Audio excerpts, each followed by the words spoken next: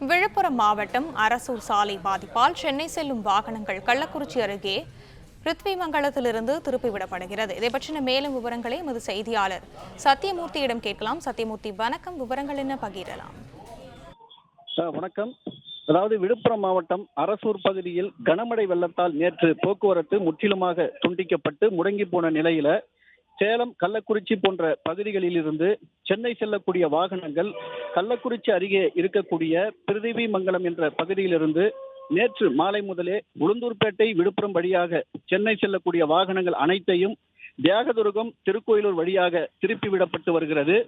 அதாவது இந்த மாற்று வழித்தடத்தில் செல்ல முடியாத நிலை ஏற்பட்டிருக்கிற காரணத்தினால் சேலம் போன்ற பெருநகரிலிருந்து சென்னை நோக்கி வந்திருக்கக்கூடிய கனரக வாகனங்கள், அதாவது கண்டெய்னர் வாகனங்கள் பிருதிவிமங்கலம் பகுதியிலேயே தேசிய நெடுஞ்சாலையோரம் நீண்ட வரிசையில் அணிவகுத்து நிறுத்தி வைக்கப்பட்டிருக்கிறது. கனரக வாகனங்கள் நிறுத்தி வைக்கப்பட்டிருக்கக்கூடிய பகுதி ஒரு விபத்து பகுதி என்று எச்சரிக்கை பலகை வைக்கப்பட்டிருக்கக்கூடிய நிலையில அப்படி ஒரு பகுதியில் கனரக வாகனங்கள் நேற்று மாலை முதலே தற்போது வரை செல்ல வழியின்றி அணிவகுத்து நிறுத்தி வைக்கப்பட்டிருக்கிற காரணத்தினால் இது விபத்துக்கு வழிவகை செய்வதாக அமைந்திருப்பதாக சொல்லப்படுகிறது.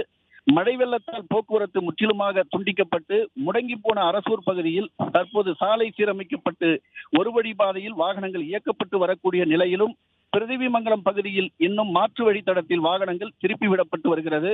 அதாவது பிருதிவிமங்கலம் பகுதியில் இந்த போக்குவரத்தை திருப்பிவிடும் பணியில் போக்குவரத்து போலீசார் தொடர்ந்து ஈடுபட்டு வருவது குறிப்பிடத்தக்கது.